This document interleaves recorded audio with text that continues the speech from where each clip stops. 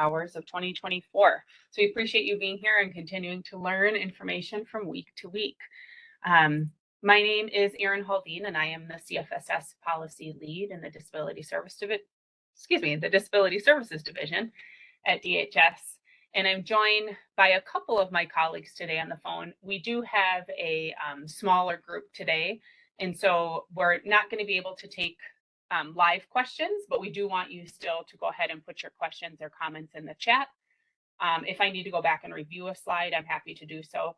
Otherwise, we'll probably wait to answer your questions until the next office hours, just because we have a smaller group in the background today.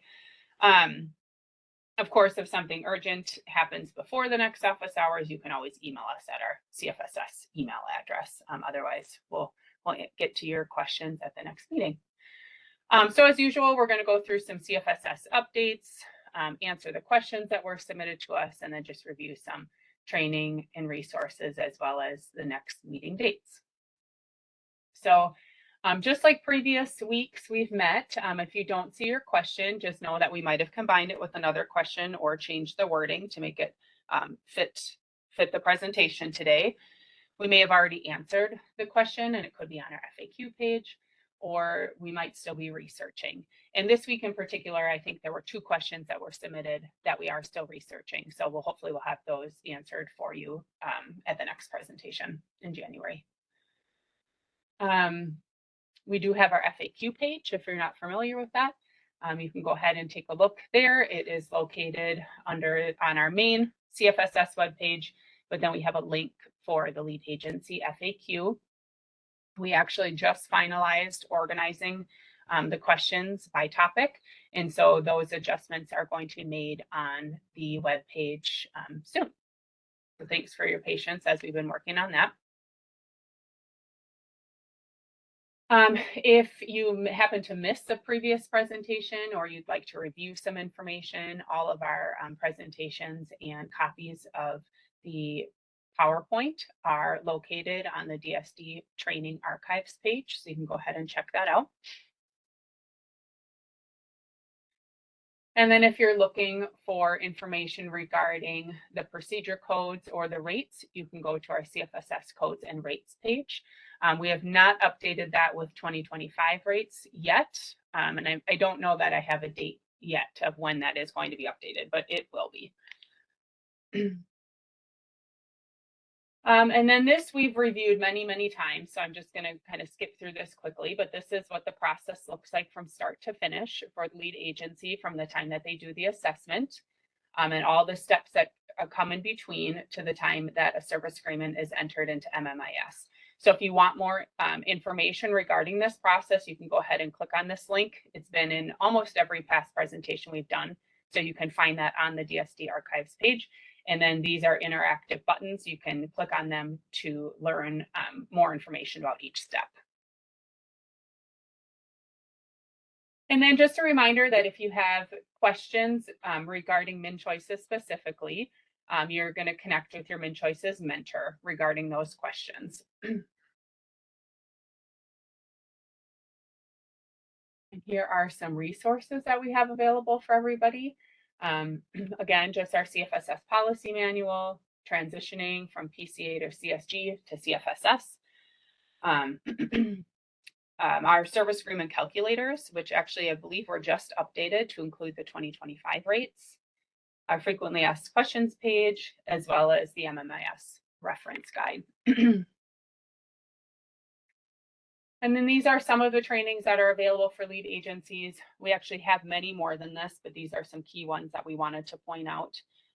E-list announcements, CFFS timelines, train link videos or trainings, so specifically for lead agencies, and then regarding MMIS, and then the transition from CSG to CFFS.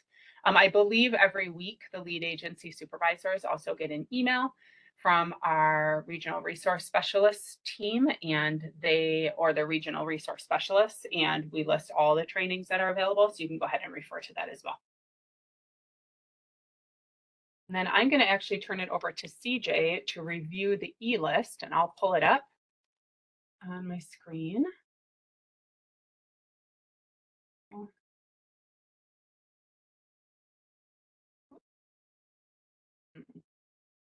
it's just taking a minute. Bear with me.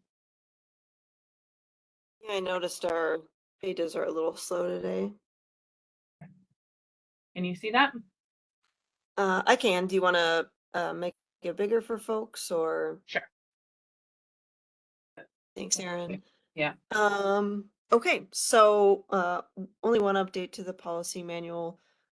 We have a goods and services through CFSS page, and as we've kind of told you about before, just because goods and services and people's needs and stuff vary from person to person, DHS can't provide a comprehensive list about what is or isn't covered because we can't necessarily predict what people will ask for. We have our general guidelines.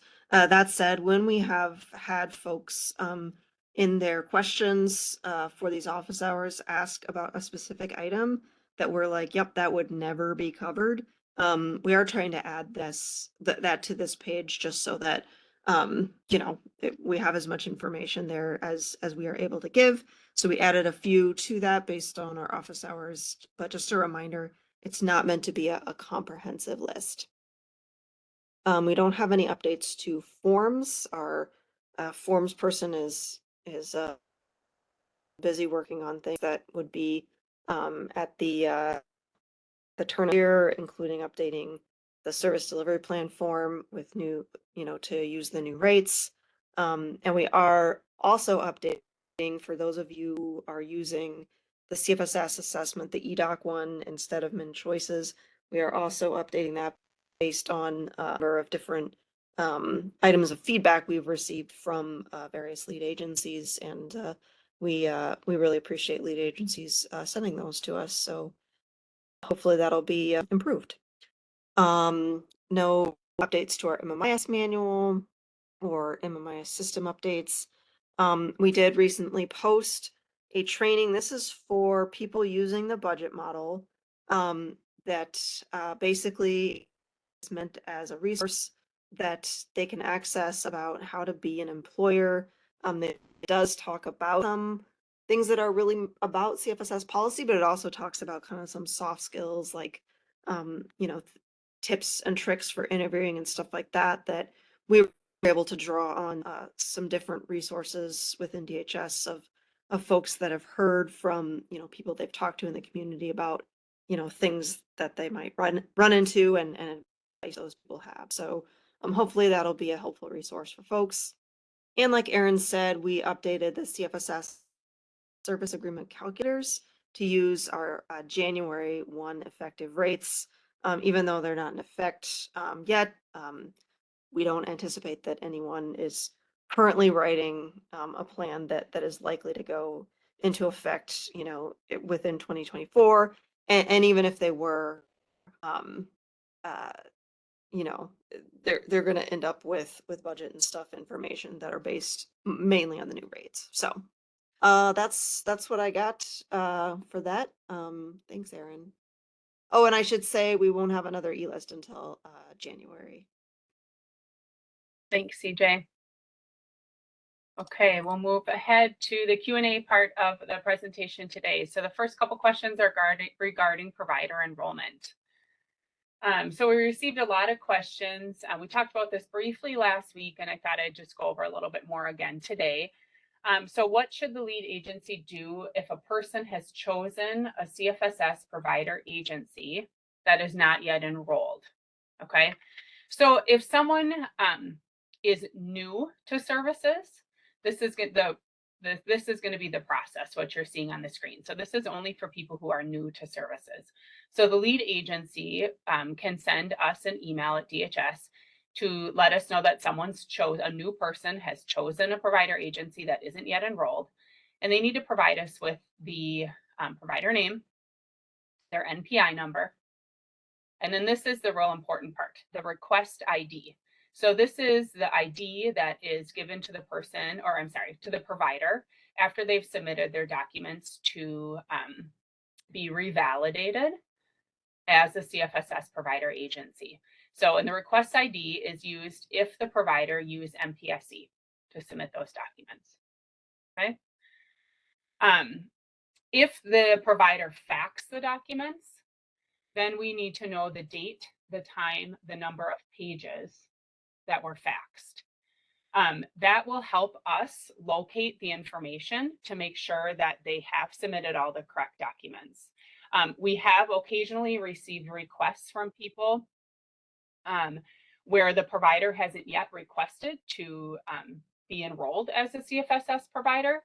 So the provider themselves, they have to do that piece before we can actually enroll them.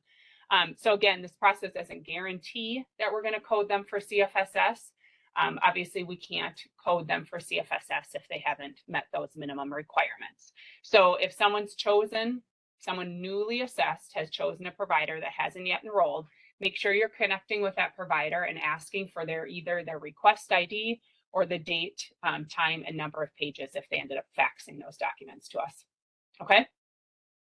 And then if somebody is currently using PCA or CSG and they're transitioning over to CFFS, we've made that extension to continue with CSG and PCA for 6 months. And so by that time, we're fairly confident that all those provider agencies will be enrolled as CFFS provider agencies at that time. So we're hoping that that's kind of a non-issue, but we know that this really affects the new people who are starting with CFFS.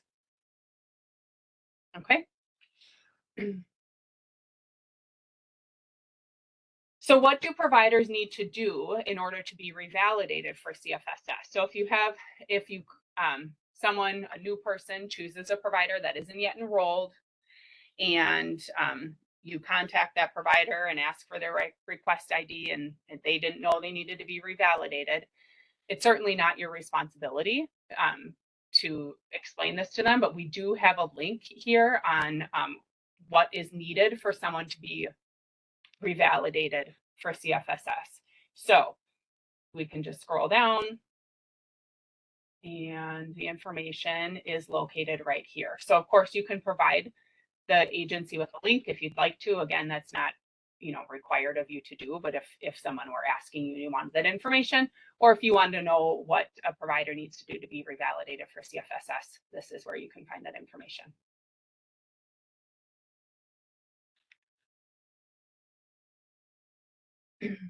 Okay, how can the lead agency verify if a CFFS provider is enrolled? So one of the ways that you can do that is the provider is going to have the S2 specialty code in the provider file. Another is the provider is going to appear in MinChoices if they've been coded for CFFS. Okay. And I'm just going to ask my team in the background. I'm seeing a couple messages that it's hard to hear. If you are having difficulty hearing me, if you just want to unmute and let me know, and I can repeat something if my audio went in and out. Okay, the next group of questions are regarding consultation services. So we received a lot of questions. We received a lot of questions last week after the presentation regarding a slide that we shared. And I'll just briefly describe that slide. It was in regards to the policy that if a CFFS plan, service delivery plan, is submitted to the lead agency, that the lead agency needs the start date of the service delivery plan will be the date that the lead agency signs and approves the plan. We received a lot of questions regarding that. So I'm sorry, I have something covering up my screen. Bear with me just for a second. I'm trying to get it off so I can see. Okay, sorry. So we know that this is a change from the way that PCA works today. And the reason for that change is that the 1915K requires lead agency approval of the plan, and services cannot be in place prior to plan approval. So we cannot allow a lead agency to backdate to say like the assessment date or the date the consultation service provider was chosen or the date that the consultation service provider wrote the plan. The start date has to be the date the lead agency approved the plan. Okay, so with that, we know the consultation services provider will not likely know the date that you're going to approve the plan.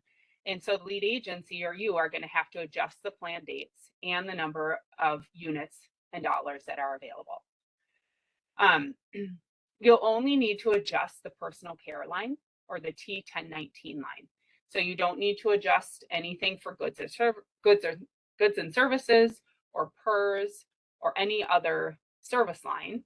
You're only going to adjust the units or dollars in personal care. Okay.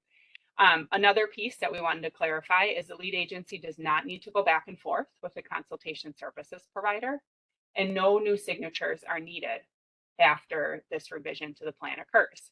So you're adjusting the plan, you as a lead agency are adjusting the plan prior to plan approval, and then you're sending a copy to the person. We received some questions wondering how they could approve an incorrect plan or how they could send the person an incorrect plan.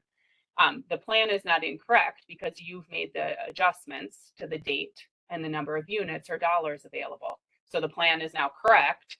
That's the correct plan that you're signing and sending the correct plan to the individual. Okay.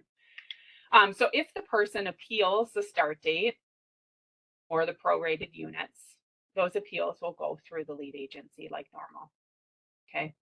So we've published some trainings that will show you a step-by-step guide on how to adjust the number of units and dollars that are available. And I'm actually going to turn it over to CJ to walk us through this training. So that's now where we're coming to this slide. So CJ, I'll turn that over to you. And I'm going to pull over that training screen for you to see. Thanks, Erin. And I just want to say that the link that Erin is pulling up right now is not quite the same link that she clicked in the PowerPoint. This training is contained within TrainLink, but I gave Erin a special link to be able to go directly to it. And I'm not going to review the whole training. I just wanted to review a couple of key points. You know, hope that also you will go and review this resource afterwards if you have not already done so. I'm not sure if folks haven't had time to review it or it's confusing. So let's just talk about a few slides. And I know I told you to start at this slide, Erin, but you already basically covered this. That difference in the start and end date is the big one. They may use an old version of the form, and where we would most likely see that happen is if they is if we've got that rate change, you know, over the end of a year. We'll have consultation services providers make sure to use the most recent version of the form as soon as it's available, but we might see this happen, you know, over the end of the year. And of course, we are all human and make errors.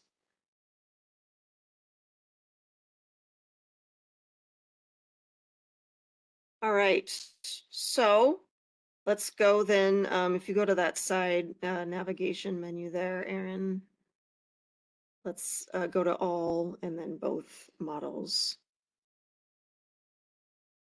So in this section, it goes over kind of the first few steps, and those are relevant to both models. And then there's a few different changes or differences between the two models at the end here. I know it looks like a lot of steps, but a lot of them are actually fairly, you know, simple steps. So it's not as bad as it looks. So go on to step 1, select the appropriate calculator. So we have these calculators that are available to help you out with the math. That is what they're there for, as a resource for you. Obviously, you're all capable of doing the math, but we're trying to make it fast for you. So you would select the appropriate calculator for the particular person. I've also put an example person here on the side, and we're going to do an agency model example. So we would have selected the agency model calculator. Step 2, select your role.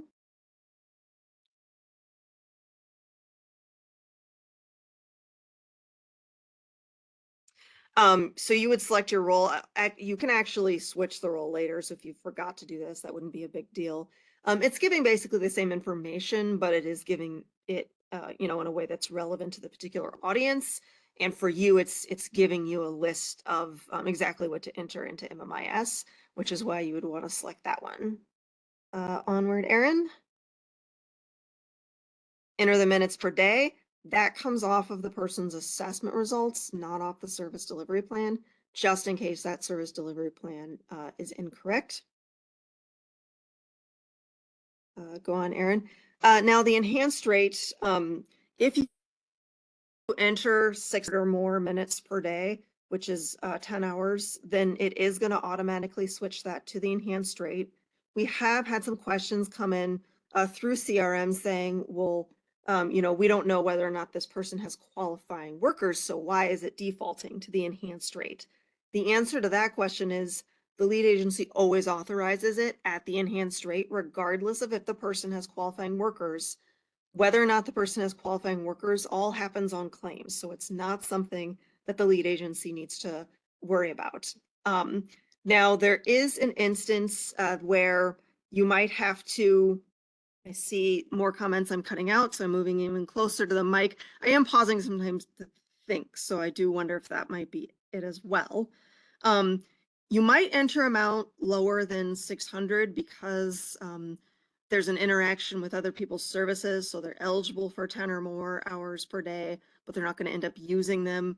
And then there still is the ability to select that if it doesn't automatically put it in.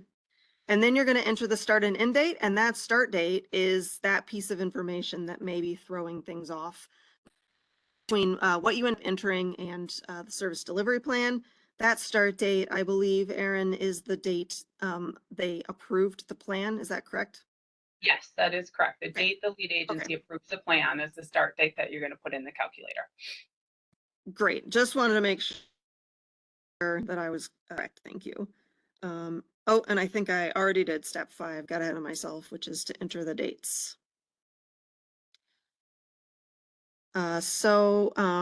We could go ahead to step 6 and 7, which is to enter services and press calculate.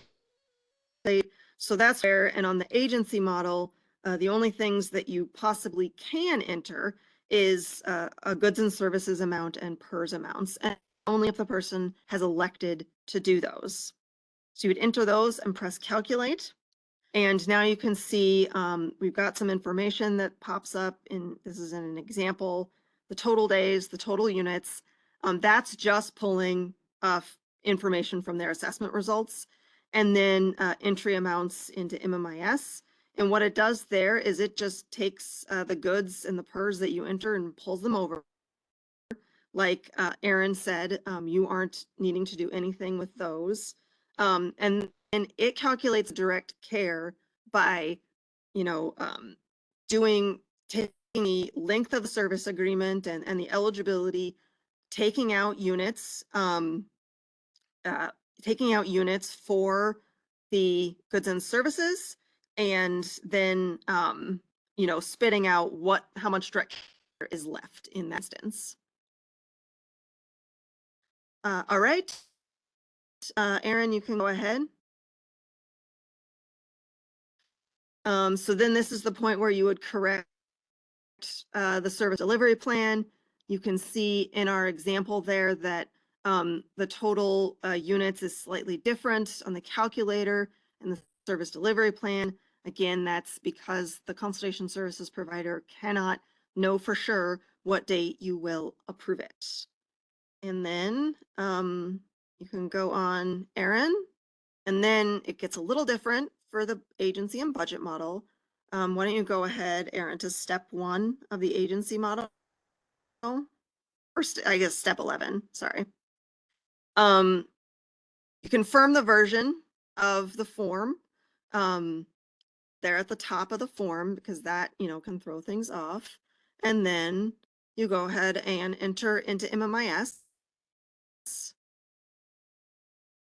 And then step 14,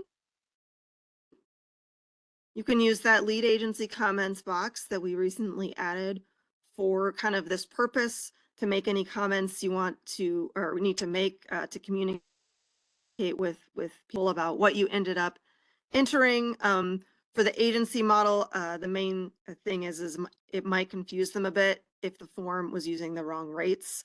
But you can also enter other information in there that you feel is appropriate.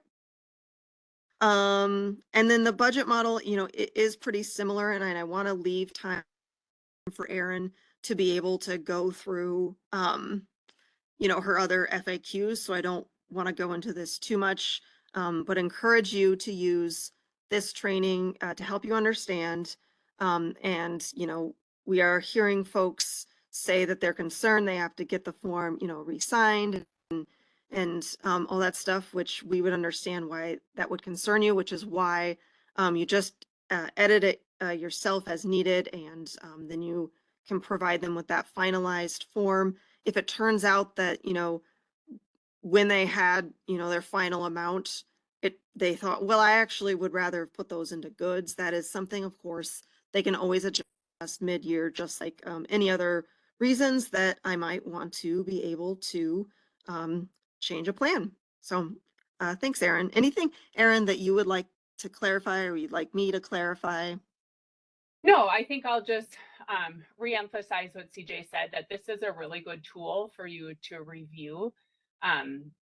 So you know how to do that calculation. You, of course, could calculate that on your own, but the calculators are a really easy way to do that automatically for you. If you know from the plan how much the person has set aside for other services, it will automatically recalculate what is available for that T1019 line, or the personal care line. Okay, so with that being said, this is the link. If you just go to the train link page and you look up CFFS_MMIS, it's the third module that's available. So there's 3 that are available for MMIS. It's the last one. So you should go ahead and review that. Thanks, CJ. Okay, on to the next question.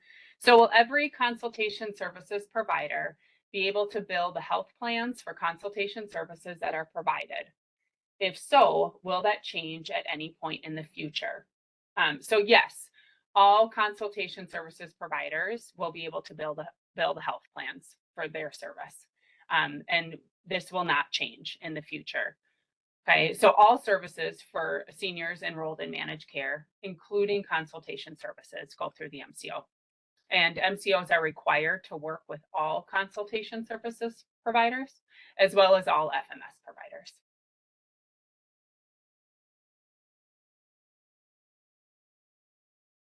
Okay, similar question.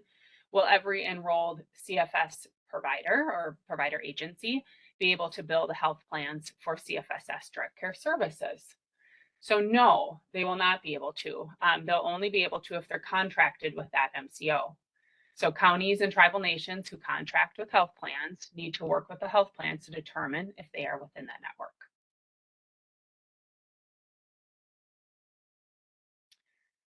So similar, again, is will managed care organizations have their own networks and only contract with certain enrolled CFFS provider agencies?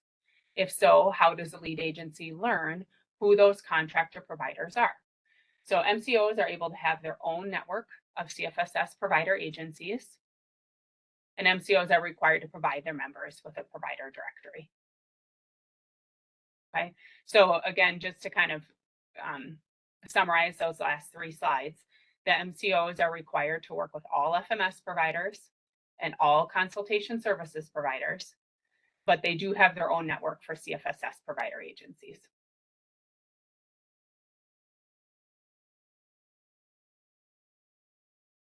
Do CFFS provider agencies know how to request state plan service agreements for consultation services or CFFS direct care services when a senior is no longer enrolled in MSHO or MSC Plus? So yes, the process hasn't changed for when a senior has disenrolled. This question was also submitted to us asking if consultation services providers know how to do this, and we're going to touch on that at another meeting.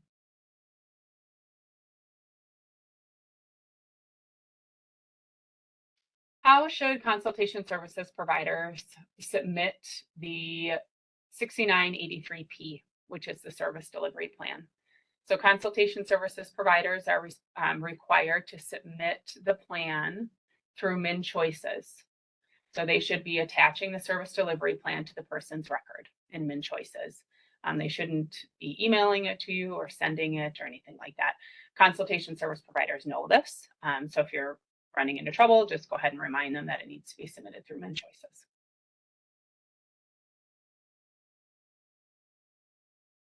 What should the lead agency do if the 6893P is incomplete? So if the plan is incomplete, which this is different than the change of dates that CJ and I talked about a few slides ago.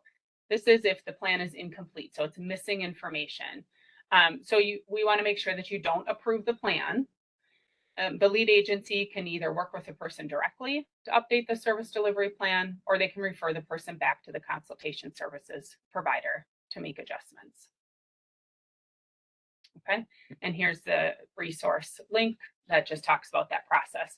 Now, of course, if something's very small is incomplete, like they didn't list an NPI number or something, you can go ahead and enter that in. But if large sections of the plan are missing or real important information is missing, you can go ahead and direct them back to their consultation services provider. Okay, the next few slides are on the service delivery plan. How long does the lead agency have to review and approve or deny a CFFS service delivery plan once it's received from the consultation services provider? So you'll have up to 30 days to approve that plan. Next slide. Do consultation service providers have access to FMS NPI numbers to include in the service delivery plan? So we at DHS don't provide them with a list of the FMS NPIs, but consultation services can ask the FMS provider for the NPIs, and we anticipate that they're keeping, a document of their own since there aren't a lot of FMS providers. So hopefully they're keeping their own document listing the NPIs. Does the service delivery plan need to be resubmitted once a person chooses a CFFS provider? So no, it does not. So you may receive plans where the person hasn't chosen a provider yet, and that's okay. It doesn't need to be revised and resubmitted to you once that CFFS provider is chosen.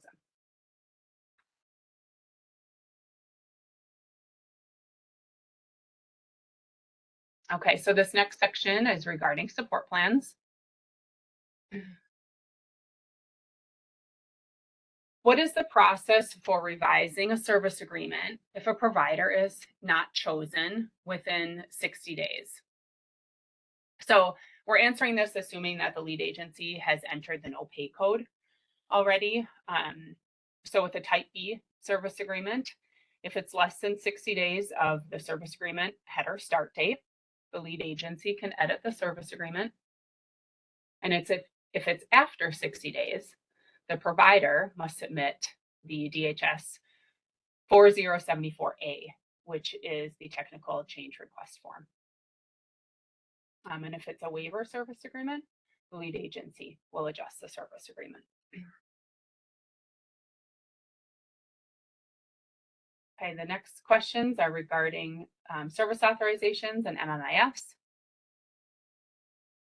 So in MinChoices, will lead agencies always need to use the workaround for adding a new consultation services line item on a service agreement for a reassessment? So no, you won't have to do this forever. We're working on correcting this issue. So for now, just continue to refer to the current functionality document.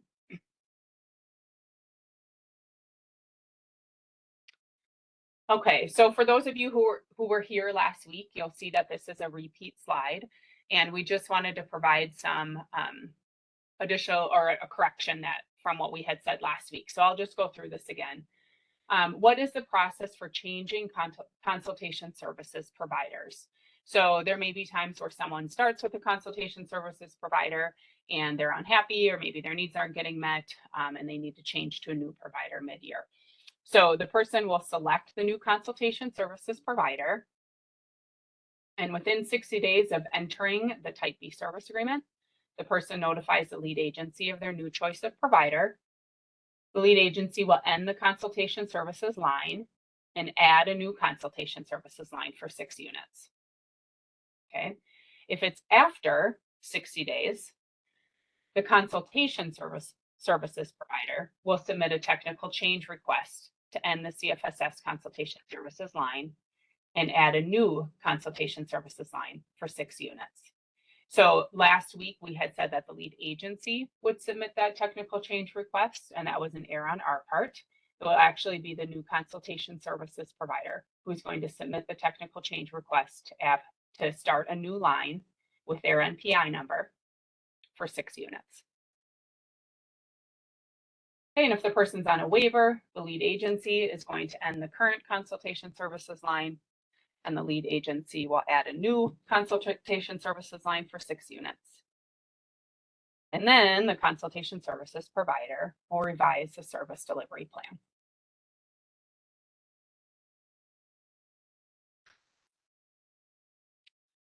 Okay. What is the process for the lead agency to add lines to a Type B service agreement? So for a Type B service agreement, if it's less than 60 days of the SA header start date, lead agency can edit the service agreement. And if it's after 60 days, then the lead agency will submit the 4292.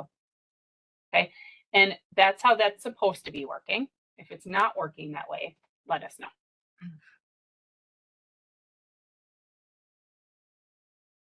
Can a person transition from PCA or CSG to CFFS anytime within the 6-month extension, or must they remain on PCA or CSG for at least a minimum of 3 months?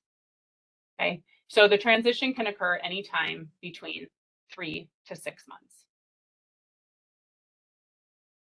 Okay, so they'll continue for that 3 months. That was our original extension. If they need those additional 3 months or the total of 6 together, they can use up to 6 months, but they can reduce and go back. The transition can occur anytime between that 3 to 6 month period. Okay, and we have a couple scenarios. And again, this is a review of a slide that we presented on last week that we ended up receiving some additional questions on. And so we wanted to just review the answers again, and then we added some questions and answers as well. So I'll just read through it again. So this was the scenario that was presented. So a person has an assessment on October 3rd. They're referred to the consultation services provider on October 15th. The consultation services provider created a plan with a service span of 10:15 to 9:30. And then the plan was signed by the person on November 5th. And the lead agency reviewed and approved the plan on November 8th. Okay. So the key dates here are the assessment happened on October 3rd, and then the lead agency approved the plan on November 8th. Okay. So the questions regarding this particular scenario: what should the start date of the plan be? Okay, the answer is it would be 11/8, because that's the date that the lead agency approved the plan. So can the person receive services from October 15th until November 7th? So where those dates are coming from is that's coming from here. The consultation service provider created a plan starting 10:15. And then remember that the lead agency approved it on November 8th. So if the person's new to services, they can only receive consultation services during that time. So from October 15th to November 7th, they can only receive consultation services. If the person's transitioning from PCA or CSG, they can continue to use PCA or CSG during that time. The next question: if the date the lead agency approves the plan is 11/8, and the date the consultation services develops the plan, in this example of October 15th are not consistent. Does a notice of action need to be sent informing the person of the adjusted hours? So no, it does not. You do not need to send a notice of action. Does the consultation services provider need to amend the plan to reflect the dates that the lead agency approved the plan? No, the lead agency is going to adjust the service delivery plan. Can the person appeal the prorated hours? Yes, they can appeal the prorated hours, and the lead agency is responsible for handling that appeal, just like normal. Okay. And then what guidance has been given to the consultation services providers on what date span to use for CFFS? So we've kind of talked about this last week as well as the beginning of today's meeting, and that consultation service providers are really going to use their best judgment on what dates to put in, but they won't know the date that the lead agency is going to approve the plan. And so that's why it's your responsibility as the lead agency to adjust the date spans and units to reflect the service delivery plan approval date.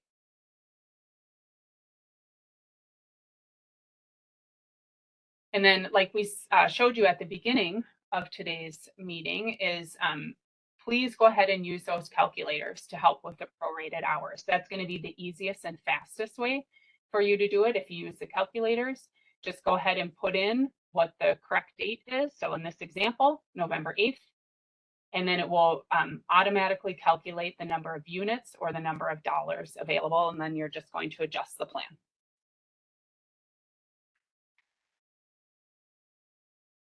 Okay.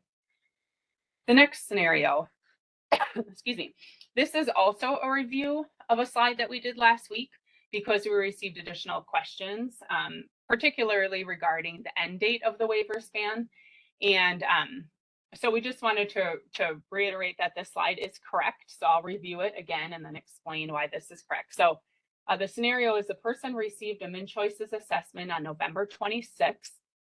The person is currently on CSG with a service agreement ending at the end of the year, so December 31st. We anticipate a potential waiver end date or waiver start date of January 1st. What should the service agreement look like? So there'll be two service agreements. The first will be a type B service agreement, and it will have 6 sessions of consultation services from November 26th to December 31st. And then the person will have the consumer support grant, because that's what they're currently receiving, for the month of December. And then there'll be a waiver service agreement that starts on January 1st. And there'll be a consultation services line for 6 units or 6 sessions that goes from January 1st to the end of October. And then the CFFS lines will also go from January 1st to the end of October. So the questions that we received last week were, why doesn't that waiver service agreement go through November 30th? And the reason for that is that the waiver date always goes through the last date of the month prior to the assessment. So in this particular example, the assessment happened on November 26th. And since the waiver date goes through the last date of the month prior, that would be October 31st. Okay, rather than November 30th. Okay. All right, our next section is just kind of miscellaneous questions that came through. So can a person on a hardship waiver have one parent providing nursing services and another parent providing CFFS? So yes, they can.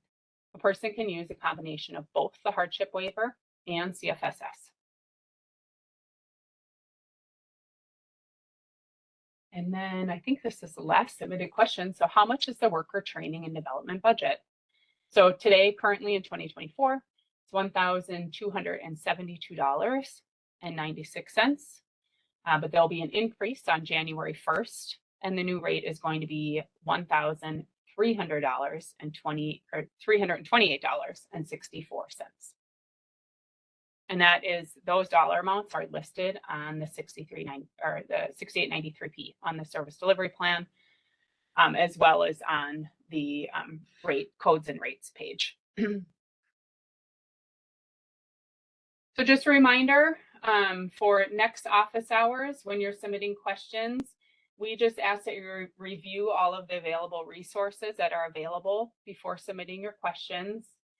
We recommend maybe asking around your team if you weren't able to attend previous sessions too. Maybe a question's already been submitted or reviewed in previous sessions.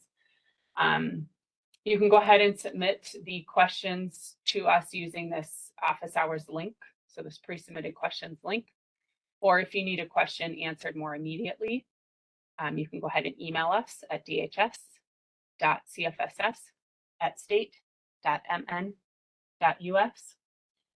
Please don't submit the question in both places. We have the same team of people looking over both questions, so it just kind of doubles the work or takes more time if we're reviewing the same questions twice. For lead agencies, go ahead and submit your policy questions to the above links. We just ask that you don't ask policy questions to the providers themselves or to the Minnesota Service Hub. And then contracted case managers, go ahead and ask your contracted county. Again, policy questions don't need to go to the providers or to the Service Hub. And then again, if you have any Min Choices specific questions, go ahead and ask your Min Choices mentor. Okay, and we are changing the frequency as well as the date of these meetings starting in January. So like I said at the beginning, this is the last meeting of 2024. Our next meeting is going to be held on Friday, January 10th. All the meetings for lead agencies are now going to be held on Fridays. So that's from 10:30 to 11:30. So same meeting time, but a different day.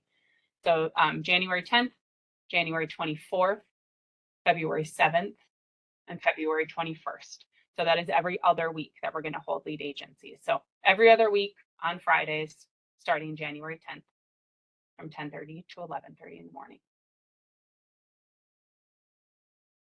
Okay. And then that is all I have today, but I'm going to pause to see if any of my colleagues, if there's any slide that I should go back and review or anything that we need to address. Erin, I do want to make a quick comment. I do see some folks saying in the comments that they are receiving service delivery plans from Constellation Services that are locked. Did some research on the side here about that. That has to do with a setting that Constellation Services is selecting. So we will send them some technical assistance on that particular thing and ask them to change their settings. Thank you, CJ.